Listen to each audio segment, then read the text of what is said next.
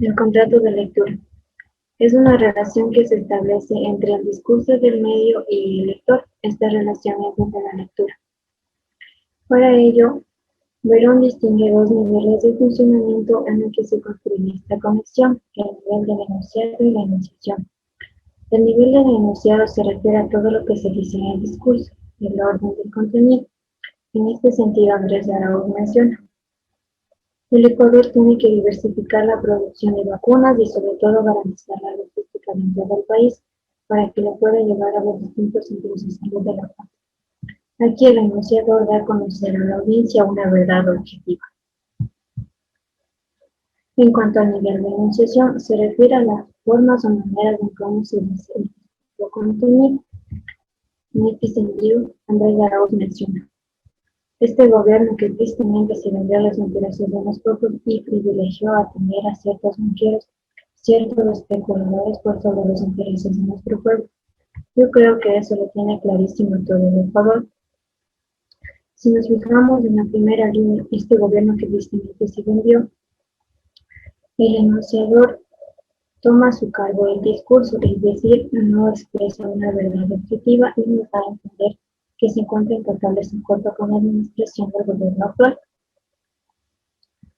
Además, Verón clasifica el tipo de enunciador de acuerdo a las características enunciativas empleadas por este. El enunciador objetivo: este es quien habla y dice la verdad, lo hace en tercera persona, además no intenta persuadir o interrogar al destinatario.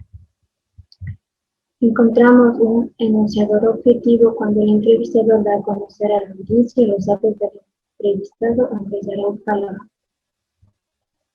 En cuanto al enunciador pedagógico, es donde se establece un uso desigual.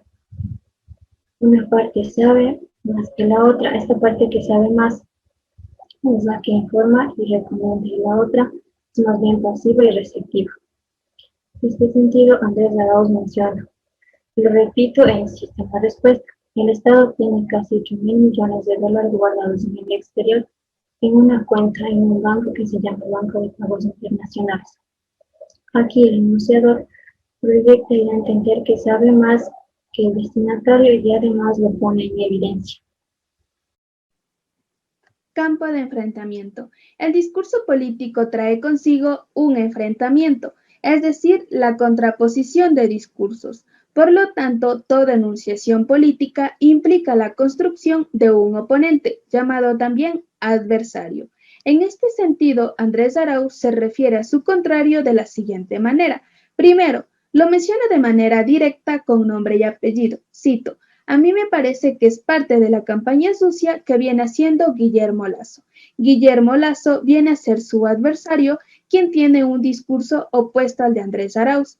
En segunda instancia, lo menciona de manera indirecta, es decir, manifiesta el nombre del banco con el que está vinculado su oponente. Cito: esa es parte de una campaña sucia con el mismo tipo de letra de la publicidad del Banco de Guayaquil. Banco de Guayaquil viene a ser la entidad que está estrechamente relacionada con su adversario Guillermo Lasso. Es preciso señalar que en ambos fragmentos Andrés Arauz dice campaña sucia. Esto se refiere a que desde su perspectiva, su adversario ha realizado una campaña a partir del engaño y la manipulación de la sociedad, es decir, mediante mentiras. Ahora, el discurso político va direccionado para ambos destinatarios al mismo tiempo, es decir, al otro positivo y al otro negativo. Por ejemplo, necesitamos un gobierno que defienda al sector productivo por sobre los intereses de unos pocos banqueros. La primera parte corresponde al destinatario positivo, pues menciona que va a defender al sector productivo, es decir, va a proteger y a interceder a favor de las personas trabajadoras. En este sentido, al utilizar la palabra defender y sector productivo, lo que busca es convencer a la ciudadanía. En la segunda parte, hace referencia a su otro negativo, como pocos banqueros, y es que desde su perspectiva, el gobierno ha defendido a unos pocos, y estos principalmente son banqueros, representados por su adversario Guillermo Lasso. Segundo fragmento, y es que quieren que tú como microempresario o como pequeño comerciante tributes el 2% sobre las ventas, no sobre las utilidades. Ahora, ojalá pues los grandes económicos tributen el 2% sobre sus ventas. A ellos no, a ellos sí les dan las excepciones tributarias. De igual manera, la primera parte corresponde al destinatario positivo, pues menciona los términos microempresario y pequeño comerciante, mientras que la segunda parte hace referencia a su otro negativo, al mencionar grandes económicos. A partir de estos dos fragmentos, nos permite identificar cómo en el discurso político va direccionado para ambos destinatarios, tanto al positivo como al negativo. En el plano del enunciado, Verón distingue dos niveles de funcionamiento. Por un lado, las entidades y por el otro, los componentes. Dentro de las entidades vamos a encontrar el colectivo de identificación. Aquí se utiliza el nosotros en el plano enunciativo, puesto que se establece una relación entre el enunciador y el prodestinatario. Veremos un ejemplo en el discurso de Andrés Arauz. Nótese, los ecuatorianos sabemos que este es un momento más bien de recuperar la acción colectiva, de la política social, de la política económica. Dentro de las entidades también tenemos a los metacolectivos, en este caso de carácter más singular, general. No se pueden fragmentar. Aquí el enunciador los ubica en el lugar de la recepción. ¿Ok? Por ejemplo, el trabajador, el ciudadano, el pueblo. Veremos un ejemplo en el discurso de Andrés Arauz. El Estado ecuatoriano puede acceder a esos recursos para enfrentar la emergencia económica y la emergencia sanitaria. Por otro lado, nos encontramos con los componentes. En primer lugar, el componente descriptivo hace una lectura articulada entre el pasado y el presente. Aquí el enunciador realiza un balance de la situación. Por ejemplo, en el discurso de Andrés Arauz. Fueron ellos los que se metieron con los depositantes. Fueron ellos quienes se metieron con los recursos de la ciudadanía. Eso los ecuatorianos lo tienen claro. ¿Sí? Se articula el pasado en el fueron y lo tienen en presente. Además tenemos el componente didáctico. Aquí se muestra una verdad universal. Son principios generales. Generalmente predomina el tiempo presente, sin entrar en aspectos específicos. Por ejemplo, yo creo en los derechos humanos, en los derechos de la libertad, pero también en los derechos sociales. Además tenemos el componente prescriptivo. Se prescribe lo que es necesario. Es decir, es inevitable, ¿sí? Lo que se necesita.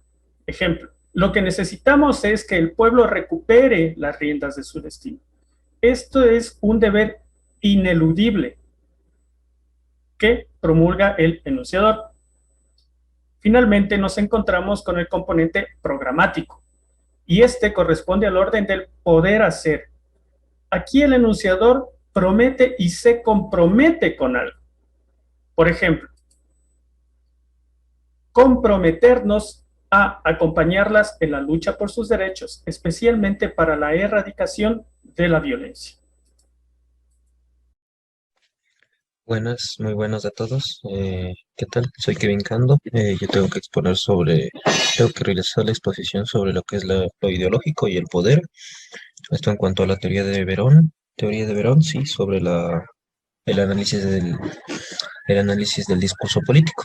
Bien, primero hay que entender que lo ideológico y el poder son dimensiones de análisis de fenómenos sociales, o sea que no van a estar centrados únicamente en un aspecto, en un tema, en un eje temático, sino que se va a expandir por las ramas, debido a que la sociedad tiene diversas estructuras y diversas columnas de desarrollo, ya sea económico, político, social, ideológico, científico. Cualquiera de estas dimensiones son parte de los fenómenos sociales. Por lo tanto, lo ideológico y el poder pueden desarrollarse en diferentes campos y producen nuevos sentidos gracias a la circulación social, o sea, gracias a la sociedad. Bien, y tomaremos un concepto un poco ambiguo y antiguo, el más tradicional que se puede encontrar y eh, podría decir, el más normalizado, y es que ideología es una configuración histórica como el fascismo y el socialismo, en el cual convergen varias ideologías, varios pensamientos basados filosóficamente basados filosóficamente y en conocimientos empíricos y ya cientificados. Asimismo, el poder es la configuración social concreta de las instituciones estructuradas en el aparato del Estado. Sí, eso. Las relaciones del discurso, y esto es lo importante del tema, las relaciones del discurso entre lo que es ideológico y el poder. Entendemos por ideológico al sistema de relaciones de un discurso con sus condiciones de producción, cuando éstas ponen en juego mecanismos de base del funcionamiento de una sociedad.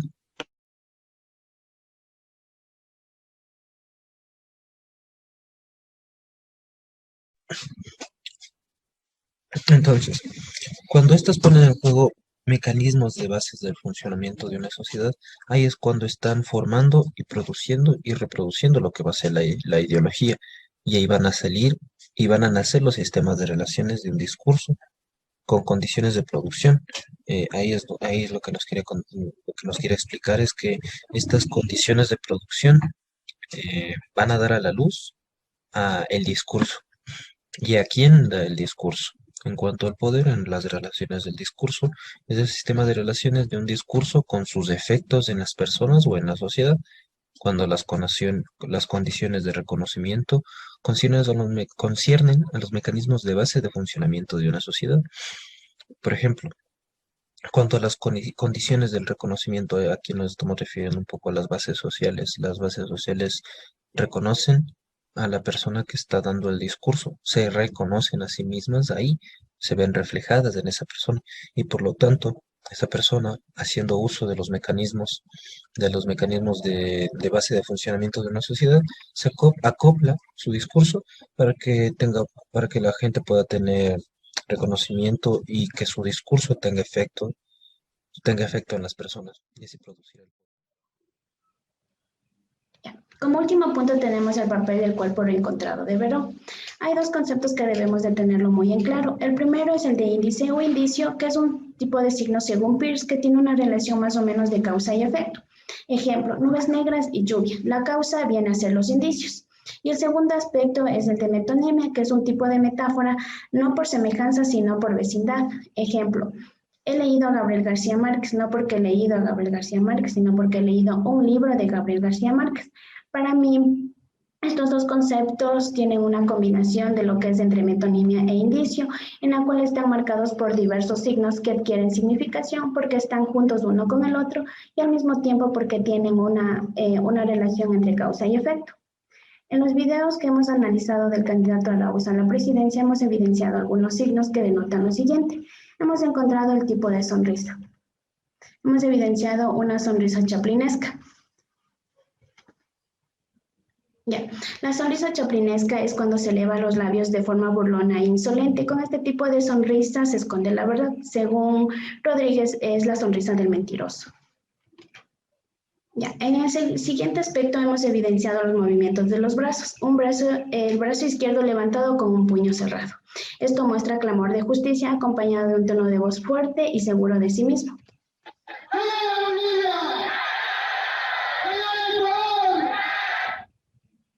Ya, en el siguiente aspecto es el movimiento de las manos. Hemos evidenciado la palma de la mano hacia arriba, palma cerrada con el dedo índice amenazador, la cual es despectivo y de arrogancia, que lo evidenciamos en el siguiente gráfico.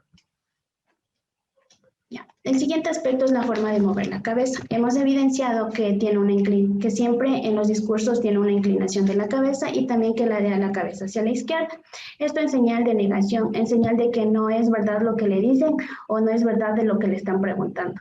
Muy amable, gracias. Y por último tenemos los dos gestos. El último es el movimiento de los dedos. Hemos evidenciado que se coge la barbilla, indica el dedo pulgar de que todo le va bien y cuenta con los dedos, manifestando las obras que va a realizar en su gobierno. Usted va a transparentar sus cuentas. Y por último tenemos el tipo de emociones. Siempre se lo ha evidenciado en sus campañas alegre, tranquilo, positivo por todo el apoyo que ha recibido de su pueblo y sobre todo por encontrarse en primer lugar en las elecciones. Muchas gracias.